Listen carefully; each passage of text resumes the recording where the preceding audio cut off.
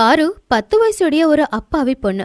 அவளுடைய தலையில முடி இருக்கல, அதனால அவ மொட்டை தலையா இருந்தா. அதனால அவளுடைய சொந்தக்காரங்க, ஸ்கூல்ல இருக்கிற பசங்க எல்லாருமே அவளை மொட்டைத்தலை வழுக்கத்தலை அப்படின்னு கூப்பிடுவாங்க. அதனால சில நேரத்துல அவ ரொம்பவே வருத்தப்படுவா. இத பாத்தியா பிரியா, நேத்து மார்க்கெட்டுக்கு போனப்போ அம்மா எனக்காக இந்த ஹேர் கிளிப் வாங்கிட்டு வந்தாங்க. அட ஷீதல், இந்த ஹேர் கிளிப் ரொம்ப நல்லா இருக்கு. உங்க அம்மா கிட்ட சொல்லி எனக்கு வாங்கி கொடுக்க சொல்றியா? ஆ கண்டிப்பா. அட பாத்து பாத்தியா, கீழே விழுந்துருச்சு. ஓய் மொட்டை, இங்க வா. ஆ இதோ வர. அந்த ஹேர் பினை எடுத்துக்கொடு. தேங்க்யூ. சரி, உனக்கு வேணும்னா உனக்கு ஒரு செட்டு ஹேர் பின் வாங்கிட்டு வரவா? இல்ல, எனக்கு வேண்டாம். என்ன ஷீத்தல் இது? அவ அவளுடைய தலையில எப்படி இந்த ஹேர் கிளிப்பை போடுவா? அவ மொட்டை தலை மொட்டை. ஐயோ, நான் மறந்தே போயிட்டேன், இவ மொட்டை தலை இல்ல. அப்போ அங்க கிளாஸ் டீச்சர் வந்துட்டாங்க. எல்லா பசங்களும் எழுந்திருச்சு நின்னாங்க. குட் மார்னிங் பசங்களா, உங்க எல்லாருக்கும் ஒரு குட் நியூஸ் இருக்கு. நம்ம ஸ்கூல்ல ரொம்ப பெரிய லெவல்ல ஒரு ஃபேஷன் ஷோ நடக்க போகுது. அதுல நீங்க எல்லாருமே பார்ட்டிசிபேட் பண்ணணும். வாவ், ஃபேஷன் ஷோவா? அப்படின்னா நான் தான் ரொம்ப அழகா தெரிவேன். ஏ ஷீதல், உனக்கு திமிரு ரொம்ப அதிகம். நாங்களும் பார்க்க அழகா இருக்கோம், நாங்களும் தான் ஃபேஷன் ஷோல பார்ட்டிசிபேட் பண்ணுவோம். நீ இப்படி பேசுறது சரியில்லை. இல்ல இல்ல, நான் அந்த அர்த்தத்துல சொல்லல. நீங்களும் அழகா இருக்க ட்ரை பண்ணுங்க. ஆனா என்னுடைய அப்பா அம்மா ரொம்ப பெரிய பணக்காரங்க, எனக்கு காஸ்ட்லி ட்ரெஸ் எல்லாம் வாங்கி தருவாங்க. ஆனா உங்க அப்பா அம்மா வேலை செய்யறவங்க இல்ல, அவளோட காஸ்ட்லி ட்ரெஸ் அவங்களால வாங்கி தர முடியாதுல்ல. அது மட்டும் இல்லாம என்னுடைய ஹேர் எவ்வளவு லாங்கா அழகா இருக்கு பாரு. நான் பார்லருக்கு போனா எந்த விதமான ஹேர் ஸ்டைல் வேணும்னாலும் பண்ணிக்கலாம். ஆனா உங்களுடைய ஹேர் பாருங்க, ரொம்ப சின்னதா இருக்குல்ல, அதுவும் அந்த மொட்டை தலை மாதிரியே. ஷீதல் சொன்னது கேட்டு பூஜாவுக்கு ரொம்பவே கோவம் வந்துச்சு. ஆனா அந்த நேரத்துல அவ எதுவும் சொல்லல. பாரு அழுதுகிட்டே அங்கிருந்து வந்துட்டா. என் பொண்ணை எதுக்காக நீங்க ஸ்கூலுக்கு அனுப்பி விடுறீங்க? எல்லா பசங்களும் கிண்டல் பண்றாங்க. எவ்வளவு நாள் அவ அமைதியா இருப்பா? ரொம்ப கஷ்டத்துல இந்த ஸ்கூலை சேர்த்திருக்கோம். நம்ம பட்ஜெட்ல கூட இருக்கு. அவங்க குழந்தைங்க அப்படிதான் பேசுவாங்க, ஒருத்தருக்கு ஒருத்தர் தமாஸ் பண்ணுவாங்க. பாரல், நம்ம எப்பவுமே மத்தவங்க சொல்றத தலையில போட்டுக்க கூடாது. நம்ம இப்படியே எல்லாருமே சொல்றத மனசுல போட்டுக்கிட்டே இருந்தோம்னா வாழ்க்கையை நடத்துறது ரொம்ப ரொம்ப கஷ்டமாயிரும். அடுத்த நாள் பாரு எப்பவும் போலவே ஸ்கூலுக்கு கிளம்புனா. ஆனா தினமும் போற அந்த ரோட்ல நடக்காம பக்கத்து ரோட்ல அவ நடந்து போய்கிட்டு இருந்தா. அப்ப அவ மனசுக்குள்ள யோசிச்சா, என்னமோ இன்னைக்கு எனக்கு ஸ்கூலுக்கு போக பிடிக்கவே இல்லை. எனக்கு மட்டும் ஏன் இப்படி நடக்குது? என்னுடைய தலையில ஏன் முடியல? பசங்க எல்லாரும் கிண்டல் பண்றாங்க. ஏன் தலையிலயும் முடியிருந்தா நான் பார்க்க எவ்வளவு அழகா இருந்திருப்பேன்ல. பாரு அப்படி யோசிக்கும் போது யாரோ கத்துற சத்தம் கேட்டுச்சு. யாராவது காப்பாத்துங்க, நான் இங்க பள்ளத்துல விழுந்திருக்கேன், என்ன யாராவது காப்பாத்துங்க. அட, நீங்க யாரு? நீங்க ஏன் இதுக்குள்ள விழுந்திருக்கீங்க? ஒரு நிமிஷம் இருங்க, உங்களை வெளியே தூக்க நான் ஏதாவது முயற்சி பண்றேன். ஆனா கயிறு வேணுமே. அதோ அங்க ஒரு கயிறு இருக்கு. எப்படியோ கஷ்டப்பட்டு பாரு அந்த கயிறு மூலமா அவங்கள வெளியில கூட்டிட்டு வந்தா. உனக்கு ரொம்ப நன்றி தைரியமான பொண்ணே. ஆபத்துல இருந்து என்ன நீ இன்னைக்கு காப்பாத்திருக்க. ஒன்னும் பரவாயில்ல, நீங்க கஷ்டத்துல இருந்தீங்கல்ல. எங்க அம்மா சொல்லுவாங்க, யாரு எப்போ எந்த கஷ்டத்துல இருந்தாலும் உதவி செய்யணும்னு. அதுதான் நான் இன்னைக்கு செஞ்சேன். என்னோட பேரு சோஃபியா. நான் ஒரு மேஜிக் உமன். நேத்து நைட்டு நான் மேஜிக் ஷோ முடிச்சு வீட்டுக்கு போகும்போது இருட்டா இருந்ததுல தெரியாம இந்த பள்ளத்துல விழுந்துட்டேன். நீ தான் என்ன காப்பாத்துன. நீங்க ஒரு மேஜிக் உமன் தானே? அப்ப அந்த பள்ளத்துல இருந்து ஏன் வெளியே வரல? நான் ஒரு மேஜிக் உமன் இல்லையா? மத்தவங்க மேலதான் மேஜிக்க பயன்படுத்தணும், என் மேல எனக்கு மேஜிக்க பயன்படுத்திக்க கூடாது. ஆமா, நீ என்ன காப்பாத்திருக்க. உனக்கு ஏதாவது வேணுமா? எது வேணும்னாலும் கேளு, நான் கண்டிப்பா உனக்காக உதவி செய்யறேன். உங்களால என்ன வேணும்னாலும் கொடுக்க முடியுமா? கண்டிப்பா, நீ என்கிட்ட என்ன கேட்டாலும் அதை என்னால உனக்கு கொடுக்க முடியும். என்னோட தலையில உங்களால முடி வளர வைக்க முடியுமா? எல்லாரும் மொட்டை தலை அப்படின்னு கிண்டல் பண்றாங்க. எனக்கு ஃபேஷன் ஷோல கலந்துக்கணும் போல வேற இருக்கு. அட, இவ்வளவுதானா? இப்ப பாரு, நான் இப்ப சொல்றேன். பாருவோட தலையில நீளமான முடி வளரணும் அப்படின்னு சொன்ன உடனே ரொம்ப அழகான முடி பாருவோட தலையில வந்துச்சு. அவ ரொம்ப அழகா இருந்தா. பாருல், உன் தலையில உண்மையான முடி இருக்கு. இந்த விஷயத்த யாருக்கிட்டையும் சொல்லாத. நேரம் வரும்போது எல்லாரும் அந்த உண்மையை தெரிஞ்சுப்பாங்க. நீ எல்லார்கிட்டயும் சொல்லு, நான் போட்டிருக்கிறது ஒரு விக் அப்படின்னு.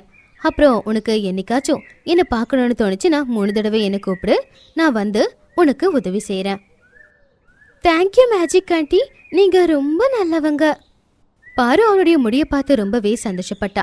அவ சந்தோஷமா அன்னைக்கு ஸ்கூலுக்கு போனா. பசங்க எல்லாருக்கிட்டையும் நான் தலையில விக் வச்சிருக்கேன்னு சொன்னா. அதை கேட்டு பசங்க எல்லாருமே சிரிச்சாங்க. விக்கு வச்ச என்ன பெருசாக போகுது, நீ இப்பவும் மொட்டை தலை தானே? பாரு அப்ப சீத்தல எதுவுமே சொல்லல. அவ வீட்டுக்கு போய் அவளுடைய அப்பா அம்மா கிட்ட நடந்த எல்லா விஷயத்தையுமே சொன்னா. அடுத்த நாள் ஃபேஷன் ஷோ. அவ ரொம்ப அழகா ரெடியாகி ஃபேஷன் ஷோக்காக ஸ்கூலுக்கு கிளம்புனா. ஷீத்தலும் ரொம்ப காஸ்ட்லியான ட்ரெஸ் போட்டு காஸ்ட்லியான ஹேர் ஸ்டைல் பண்ணிட்டு வந்திருந்தா. பூஜாவுக்கு ஷீத்தலை பார்த்தா சுத்தமா பிடிக்கல. அவ பழி வாங்கணும் அப்படின்னு முடிவு பண்ணா. ஷீத்தல், உன்னுடைய முடிய பார்த்து உனக்கு ரொம்ப திமிரல்ல? இன்னைக்கு அந்த முடியில இந்த கம்ம ஊத்தி நான் என்ன பண்ண போறேன்னு பாரு. நீ ஃபேஷன் ஷோல கலந்துக்கவே முடியாது. ஷீத்தல், உன்னுடைய ஹேர் ஸ்டைல் ரொம்ப நல்லா இருக்கு. ஆனா உன்னுடைய தலைக்கு மேல ஒரு கிளிப் இருக்குல்ல, அந்த கிளிப்பு தான் கீழே விழுற மாதிரி இருக்கு. நான் அதை சரி பண்ணவா? எங்க விழுது? முதல்ல அதை சரி பண்ணு. அப்ப பூஜா கோவத்துல அவ கையில இருந்த அந்த கம் எல்லாத்தையுமே ஷீத்தலோட முடியில போட்டு கொட்டிட்டான். ஓ சாரி ஷீத்தல், என் கையில இருந்த இந்த கம் எல்லாமே உன்னுடைய முடியில கொட்டிடுச்சு. தெரியாம பட்டுச்சு. நான் இதை வேணும்னெல்லாம் பண்ணல. பூஜா, கொஞ்ச நேரத்துல ஃபேஷன் ஷோ வேற ஸ்டார்ட் ஆக போகுது. நீ இப்படி கம்ம கொட்டிட்டியே. என் முடிய பாரு, பார்க்க எவ்வளவு அசிங்கமா இருக்குன்னு. இப்ப நான் என்ன பண்ண போறேன்? ஷீத்தல் அழ ஆரம்பிச்சா. எல்லா பசங்களும் ஃபேஷன் ஷோக்காக கீழே ஹாலுக்கு போனாங்க. ஷீத்தல் கிளாஸ் ரூம்ல தனியா உக்காந்துக்கிட்டு இருந்தா. அப்போ பாரு அங்க வந்தா. அவளுக்கு எல்லா விஷயமும் தெரிஞ்சுது. நீ ஒன்னும் கவலைப்படாத, நான் இப்பவே மேஜிக் ஆண்டியை கூப்பிடுறேன். அவங்க உன்னுடைய முடிய சரி பண்ணிடுவாங்க. பாரு அந்த மேஜிக் உமனை கூப்பிட்டா. உடனே அவங்க அங்க வந்தாங்க. பாரு, ஷீத்தல் இத்தனை நாளா உனக்கு எவ்வளவு கஷ்டம் கொடுத்தா. ஆனா அவளுக்கு உதவி செய்ய பாக்குறியே. சரி, ஒரு கண்டிஷன் இருக்கு. நான் ஷீத்தலுக்கு முடிய கொடுக்கணும்னா நீ மறுபடியும் மொட்டை தலையா ஆயிடுவ. பரவாயில்ல மேஜிக் ஆண்டி, என் தலை மறுபடியும் மொட்டையானாலும் பரவாயில்ல. என் ஃப்ரெண்டை மட்டும் சரி பண்ணிடுங்க. ஷீத்தல் பாரு சொல்ற எல்லாத்தையுமே கேட்டுக்கிட்டு இருந்தா.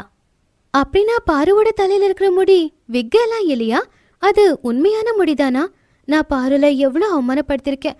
அவளை நான் எவ்வளவு கஷ்டப்படுத்திருக்கேன். ஆனால் அவளுக்கு என் மேல எவ்வளவு பாசம். உண்மையிலே அவ ரொம்ப நல்லவ. மேஜிக் ஆண்டி, நீங்க அப்படியெல்லாம் பண்ணாதீங்க. பாருவோட தலையில முடி அப்படியே இருக்கட்டும். நான் இந்த தடவை ஃபேஷன் ஷோல கலந்துக்கல. நான் இப்படியே இருக்கேன்.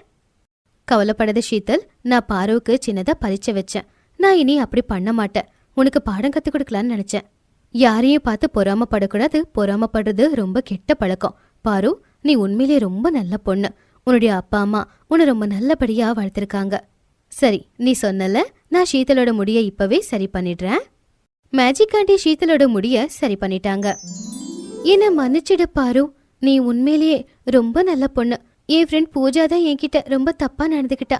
நான் எல்லாருக்கிட்டையும் சொல்றேன் நீ ரொம்ப நல்ல பொண்ணுன்னு. சரி பாரு, நான் கிளம்புறேன். சில நாட்கள் வரைக்கும் நான் ரொம்ப தூரமா போறேன். அதனால உன்னை என்னால பார்க்க முடியாது. வந்ததுக்கு அப்புறமா உன்னை நான் பார்க்கறேன். அதுக்கப்புறம் ஃபேஷன் ஷோல பாரு ஷீத்தல் 2 பேரும் பார்ட்டிசிபேட் பண்ணாங்க. ஷீத்தல் பாரு பத்தி எல்லார்கிட்டயும் சொன்னா. பூஜா கிட்ட அவ பேசுறதையே நிப்பாட்டிட்டா. ஏன்னா பூஜா வேணுதான் அப்படி பண்ணான்றது அவளுக்கு தெரியும். அன்னையிலிருந்து பாரு ஷீத்தல் 2 பேரும் நல்ல ஃப்ரெண்ட்ஸா ஆயிட்டாங்க. பாரு எல்லாருக்குமே உதவி செஞ்சா. யாரு ஒருத்தங்க எல்லாருக்கும் உதவி செய்யறாங்களோ அவங்களுக்கு கண்டிப்பா நல்லதுதான் நடக்கும்.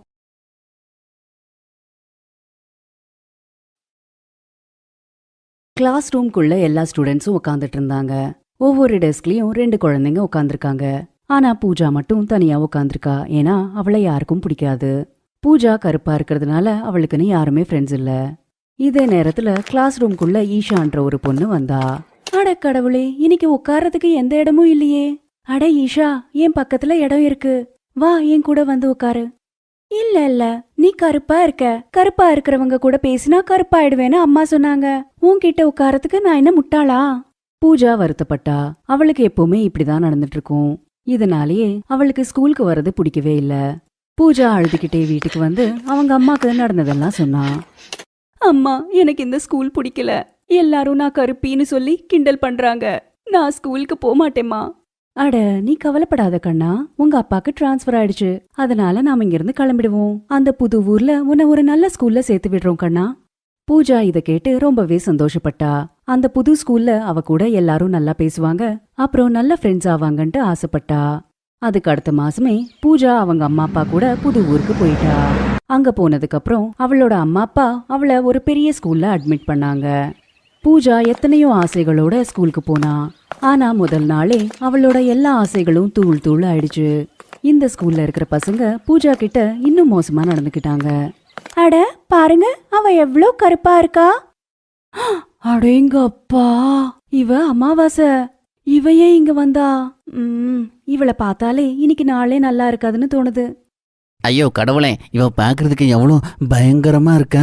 யாராச்சும் சின்ன பசங்க ராத்திரில பார்த்தாங்கன்னா பயந்துருவாங்க. இத கேட்டு கிளாஸ்ல இருக்கிறவங்க எல்லாம் சத்தமா சிரிச்சாங்க. அப்பதான் கிளாஸ்க்குள்ள டீச்சர் வந்து சொன்னாங்க, குழந்தைங்களா, இன்னைக்கு சர்ப்ரைஸ் டெஸ்ட் இருக்கு. எல்லாருமே டெஸ்டுக்காக ரெடி ஆயிருங்க. அடடா, சர்ப்ரைஸ் டெஸ்ட் சொன்னேன்ல, இன்னைக்கு நாளே சரியா இருக்காதுன்னு. இந்த கருப்பி ஒரு துரதிர்ஷ்டம். அப்போ டீச்சர் பூஜாவை அவங்க கிட்ட கூப்பிட்டு இப்படி சொன்னாங்க, குழந்தைங்களா, இது புது ஸ்டூடெண்ட் பூஜா. இவளுக்கு யார் ஃப்ரெண்டா இருக்கணும்னு நினைக்கிறீங்க? ஆனா யாருமே கை தூக்கல. கிளாஸ்ல எதிரில இருக்கிற டெஸ்க்ல ஒரு சிவப்பான பொண்ணு இருந்தா. அவளோட பேரு பிரீத்தி. அவ சொன்னா, மேம், இப்படிப்பட்ட கருப்பான பொண்ணு கூட யார் ஃப்ரெண்டா இருப்பாங்க? பிரீத்தி சொன்னதை கேட்டு பூஜா நொந்து போயிட்டா. இந்த ஸ்கூல்ல எல்லாருமே இப்படிதான் பேசுவாங்களா? எல்லாருமே கருப்பின்னு கூப்பிடுவாங்களான்ட்டு பயந்தா. பூஜா இப்படி யோசிச்சு ரொம்ப பயந்துட்டா. கிளாஸ் முடிஞ்சதுமே பிரீத்தி பூஜா கிட்ட வந்து இப்படி சொன்னா, அட பாருங்க, இந்த கருப்பு சூனியக்காரிய. யார் உனக்கு இந்த ஸ்கூல்ல அட்மிஷன் கொடுத்தது? ஸ்கூலோட பேரே கெட்டு போயிடும். இந்த ஸ்கூல்ல கருப்பு பேய் படிக்குதுன்னு எல்லாரும் சொல்லுவாங்க. நீ என்ன சொல்ல வர? நான் கருப்பா இருந்தா ஸ்கூல் பேர் கெட்டு போயிடுமா? ஏன், கருப்பா இருக்கிறது பெரிய பாவமா? அடேங்க அப்பா, நல்லாவே வார்த்தைக்கு வார்த்தை பேசிட்டு இருக்க. ஓய், என்கிட்ட இப்படியே பேசினேனா உன்னை அடுத்த நிமிஷமே இந்த ஸ்கூல்ல இருந்து அனுப்பி விட்டுருவேன். இந்த ஸ்கூலு என்னோடது, அதாவது எங்க அப்பாவோடது. என்கிட்ட ஒழுங்கா பேசு, புரிஞ்சுதா? பிரீத்தி பூஜாவை மிரட்டிட்டு கிளம்பிட்டா. அப்புறம் அன்னிலிருந்து தினமுமே பூஜாவை பிரீத்தி கஷ்டப்படுத்திக்கிட்டே இருப்பா. கிளாஸ் ரூம்குள்ள வந்ததுமே பூஜாவோட பேக் எடுத்து டெஸ்க் கிளீன் பண்ணுவா. சாப்பாட்டை கூட கிளாஸ் ரூம்ல சாப்பிட விட மாட்டா. அப்புறம் சொன்னா, ஏ பூஜா, நீ கிளாஸ் ரூம்ல உட்காந்து சாப்பிடக்கூடாது, சரியா? உன்னோட இந்த கருப்பு மூஞ்சியை பார்த்து எங்களால சாப்பிட முடியாது. பூஜா தினமுமே லஞ்ச் டயத்துல பாத்ரூம்க்கு போயிடுவா. அதே இடத்துல சாப்பாட்டை சாப்பிட்டு தேம்பி தேம்பி அழுதுட்டு இருப்பா. கடவுளே, என்னை ஏன் கருப்பா பொறுக்க வச்சீங்க? எல்லாரும் என்ன கேலி செய்யறாங்க. யாருமே என் கூட ஃப்ரெண்ட்ஷிப் பண்ண மாட்டேங்கிறாங்க. நான் என்ன அவ்வளோ கெட்டவளா? இப்படியே பூஜாவோட நாட்கள் கடந்தது. ஆனா ஒரு விஷயத்துல அவ திறமசாலி. அவ ரொம்ப நல்லா படிக்கிற பொண்ணு. அவளுக்கு ஜெனரல் நாலேஜ் சூப்பரா இருந்தது. கிளாஸ்ல டீச்சர் எந்த கேள்வியை கேட்டாலும் பூஜா தான் எப்பயுமே பதில் சொல்லுவா. இப்படியே ஒரு நாள் ஃபைனல் எக்ஸாம் வந்தது. பூஜா ரொம்ப நல்லா எக்ஸாம் எழுதினா. ஹெட் டீச்சர் கிட்ட ரிசல்ட் வந்தப்போ பூஜா ரொம்பவே நல்ல மார்க் எடுத்து கிளாஸ்லயே ஃபர்ஸ்ட் வந்திருக்கான்றத அவர் கவனிச்சாரு. ஹெட் டீச்சர் டென்ஷன் ஆயிட்டாரு. இப்போ நான் என்ன பண்றது? இந்த ஸ்கூல்ல ஓனர் பொண்ணு கூட இருக்கா. அந்த பொண்ணு தான் ஸ்கூல்ல ஃபர்ஸ்டா வந்துகிட்டே இருக்கா. வேற பொண்ணு ஃபர்ஸ்டா வந்தா ஓனர் கோச்சிப்பாங்களே. ஹெட் டீச்சர் மிஸ்டர் ஜெஸ்வால்க்கு கால் பண்ணி எல்லாம் சொன்னாரு. மிஸ்டர் ஜெஸ்வால் கோவமா சொன்னாரு, என் ஸ்கூல்ல ஏன் பொண்ணை தவிர வேற பொண்ணு எப்படி ஃபர்ஸ்டா வர முடியும்? இல்ல அப்படியெல்லாம் நடக்கவே கூடாது. அப்படி நடந்துச்சு நான் டீச்சருக்கு சேலரியா கொடுக்க மாட்டேன். ஒவ்வொரு வருஷம் ஸ்கூல்ல யார் ஃபர்ஸ்ட் வராங்களோ அவங்கள மேக்சின்ல போட்டோவா போடுவோம். அந்த மாதிரி போட்டோ போடும்போது இந்த கருப்பு பொண்ணோட போட்டோ போட முடியுமா? கருப்பா இருக்கிற இந்த பொண்ணோட போட்டோ போட்டா மேக்சின் நல்லா இருக்குமா? நீங்களே யோசிங்க. ஹெட் டீச்சர் டென்ஷன் ஆயிட்டாரு. அவரு பூஜாவோட மார்க்கை கம்மி பண்ணிட்டு பிரீத்தியோட மார்க்கை ஏத்தி அவளை ஃபர்ஸ்ட் வர வச்சாரு. கிளாஸ்ல அந்த ரிசல்ட்ஸ் வந்தப்போ பூஜா அவளோட ரிசல்ட்டை பார்த்து ஹெட் டீச்சர் கிட்ட போய், சார், நான் பரீட்சையை ரொம்ப நல்லா எழுதினேன். எனக்கு எப்படி இவ்ளோ கம்மி மார்க் கிடைச்சிருக்கு? அந்த பிரீத்தி எக்ஸாம்ல சீட்டிங் பண்ணிட்டு இருந்தா. ஆனா அவளுக்கு நிறைய மார்க் எப்படி கிடைச்சது? நடந்தது நடந்து போச்சு. இத பத்தி யாருக்கிட்டையும் சொல்லக்கூடாது. பூஜா அங்கிருந்து கிளம்பிட்டா. அப்பதான் பிரீத்தி தான் ஃப்ரெண்ட்ஸ் கிட்ட உண்மையை சொல்லிட்டு இருந்தா. எப்படி பிரீத்தியோட அப்பா பூஜாவோட மார்க்க கம்மி பண்ணாருன்றத கேட்டுட்டா. இதை கேட்டு பூஜாக்கு கஷ்டமாயிடுச்சு. பூஜா வீட்டுக்கு போய் அழ ஆரம்பிச்சுட்டா. அம்மா, அம்மா, என்னை யாருக்குமே பிடிக்கலம்மா. யாருக்குமே இல்ல. எனக்கு உன்னை பிடிக்கும்டா கண்ணு. ஆனா வேற யாருக்குமே என்ன பிடிக்கலையேம்மா. எனக்கு ஒரு ஃப்ரெண்டு கூட இல்ல. பரீட்சையில நல்ல மார்க் எடுத்தும் கூட என்னோட மார்க்க குறைச்சிட்டாங்க. நான் இனிமே ஸ்கூலுக்கு போமாட்டேம்மா, போமாட்டேன். பூஜா 2 நாளுக்கு ஸ்கூலுக்கு போல. யாருமே அவளை தேடவும் இல்ல. அதே நேரத்துல inter school quiz competition start ஆச்சு. பூஜாவோட ஸ்கூல்ல இருந்து பிரீத்தி காம்படிஷன்ல பார்ட்டிசிபேட் பண்ணா. இந்த காம்படிஷன் ஸ்கூலோட பெருமைக்கு சம்பந்தப்பட்டது. ஆனா பிரீத்தியால எந்த கேள்விக்கும் பதில் சொல்ல முடியல.